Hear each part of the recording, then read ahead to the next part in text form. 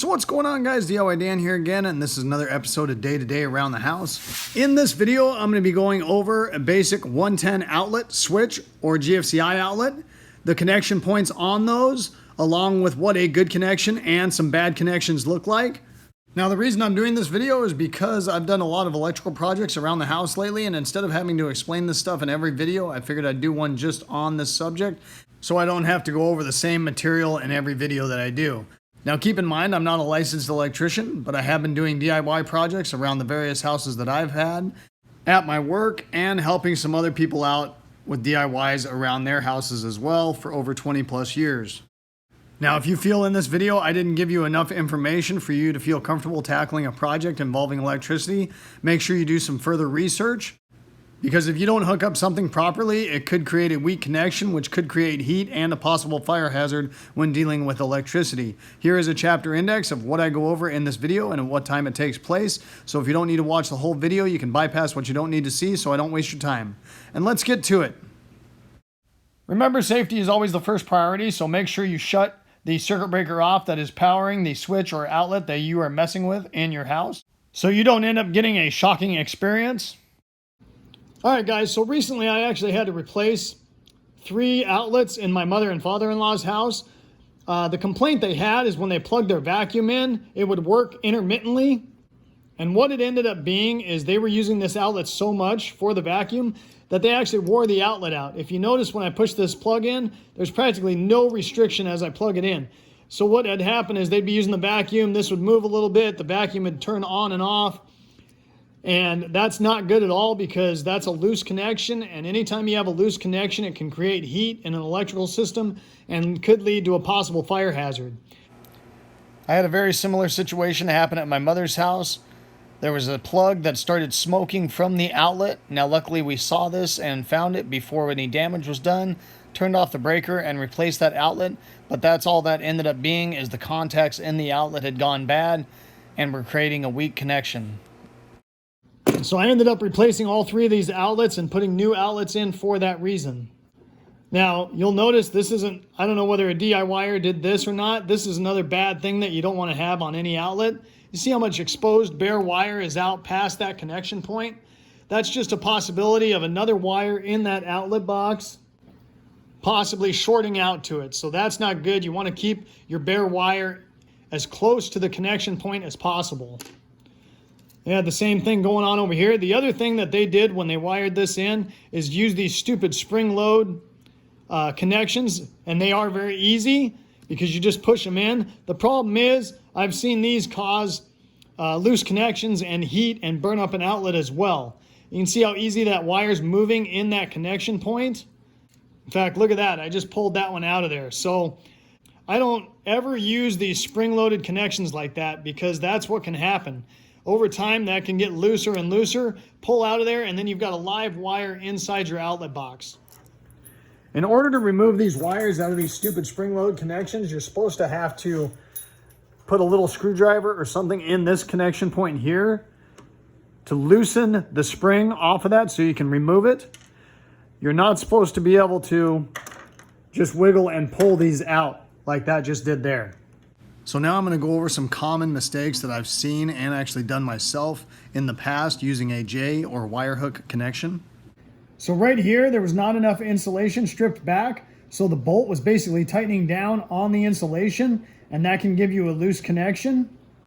This is the exact opposite of that. Too much of the insulation was stripped off of this one, so that makes it easier for another wire in there to ground out, or possibly the bare ground if this was the hot side, to come down and touch that. On this side, what I've got going on here is instead of going around in a clockwise motion, I'm going counterclockwise. So as I tighten that down, it actually was spreading the hook out. With the ground right here, you should never put more than 1 wire hook on each connection point. So you should not double stack any of these, and you should not do this. So right here, I'm putting a pretty good snug with the screwdriver on that connection. And if you wiggle it a little bit, those connections are coming loose. And if they do end up coming loose, they could make contact with a hot wire in the outlet box and short out. Now I'm going to go over how to make a good J-hook or wire hook connection. And remember, when using a J-hook, that you never double stack or use multiple J hooks on a single connection. So one of the most critical things to making a good connection on a switch or outlet is to strip back the proper amount of insulation off of the wire. So I've got a GFCI outlet, a regular outlet, and a switch, and they all have strip gauges on them to show you how much insulation to strip back. Then you can grab your wire strippers or a pair of needle nose and just bend it to a hook. If your hook is too wide, just squeeze it together a little bit to tighten it up. Depending on the type of wire strippers you have, they might also have a spot to bend a J hook on them as well. When you go to put your hook around your bolt, you want to go around it in a clockwise motion, because as you tighten it down, it will actually tighten that hook in more to the bolt. If you put it on in a counterclockwise motion, that might allow that hook to spread open as you tighten it down. I've been starting to use a square drive socket to tighten these down because it allows me to get a lot better grip on that bolt than a regular Phillips screwdriver.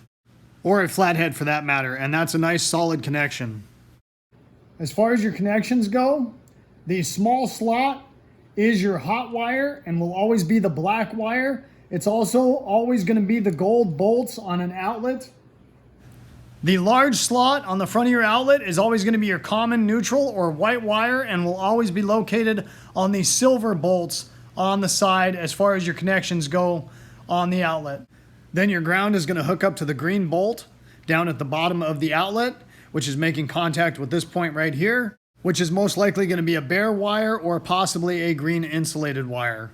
You'll notice on this ground that I've got a single wire coming off of the bolt, going to a wire nut and connecting two more grounds. And the reason for this is so you don't double stack a J hook on a single bolt. And you would use the same concept for any hots or commons that you have more wires than you do have connection points. Another thing that's very common in a house is having an outlet in each room that's upside down. And this represents a constant power supply at the one outlet or socket, and the other socket or outlet being controlled by a light switch in that room. Now the way that is done is they isolate the hot side connections from each other and control them separately. So most likely your black hot wire, that's going to be your constant, and then the red wire would be coming from the light switch power. Now in order to do that, you have to break this little tab that's between the contacts. You'll notice this one is still here on the common side, and that's because this wire making contact has to transfer through to this side. When you're controlling these sockets individually, you have to break that tab off, and that way it isolates this outlet socket from this one. So in order to break that tab off, all you need is a pair of pliers, or in this case, I'm using a flathead screwdriver that fit in there nicely, and just wiggle that tab back and forth until it snaps off.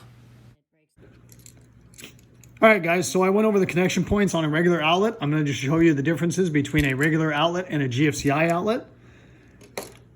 It is still the basic concept where your black or hot wire is going to go on the gold bolts in the small slot, and the common neutral or white wires are going to go on your bigger slot.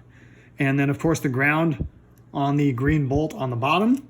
The difference between a regular outlet and a GFCI is you have to be very careful of the way you hook these wires up, because if you do not hook them up correctly, then the GFCI is not going to operate correctly and therefore is defeating the purpose of having one. You'll notice right here that this says line. The line connections, which are these two right here, are going to be your power coming into this outlet. So if you are just using one outlet, that is the only place where you're going to make a connection. Now, if you have other outlets you're running after this GFCI that you want protected by this GFCI, then you are going to take the tape off of this and you're going to make your connection points on the load side of this outlet. So your power coming in is going to be hooked up to your line, and your power going out to protect any other outlets further down the line is going to go out on your load side of this GFCI. So another common connection you can use is an actual cinch connection on these GFCIs. So let's say you're coming in with one hot and one common to feed this outlet, but you actually are trying to protect two different outlets with this GFCI. So obviously you can never stack your J hooks. So here you can use a cinch to connect two more sets of wires off of the load side of this GFCI. So when using the cinch connection, I don't strip the wiring all the way back. This is actually meant for a J-hook strip gauge. You don't need quite that much stripped off if you're using the cinch. So if you're running one, you would just tighten that down like that. However, if you need to feed two off of this, you would just put your second one in like so, and then tighten those down. And you have two connections going in off of that one bolt, and give those a good tug to make sure they're nice and tight. But that is a good cinch connection on that GFCI. So that's going to wrap it up for this video, guys. Hopefully you enjoyed it and it gave you some good information. If you feel I didn't explain something thoroughly enough or you didn't understand it, make sure you do further research before tackling a project of your own when dealing with electricity, because any loose connection or weak connection with electricity can produce heat and be a possible fire hazard. If you do feel like it helped you out and gave you good information, please hit that like and subscribe button if you haven't already. I'd really appreciate it. The whole concept of my channel is to give you guys the most information in the least amount of time as possible so I don't waste your time. And I hope to see you next time. Have a good one. Later.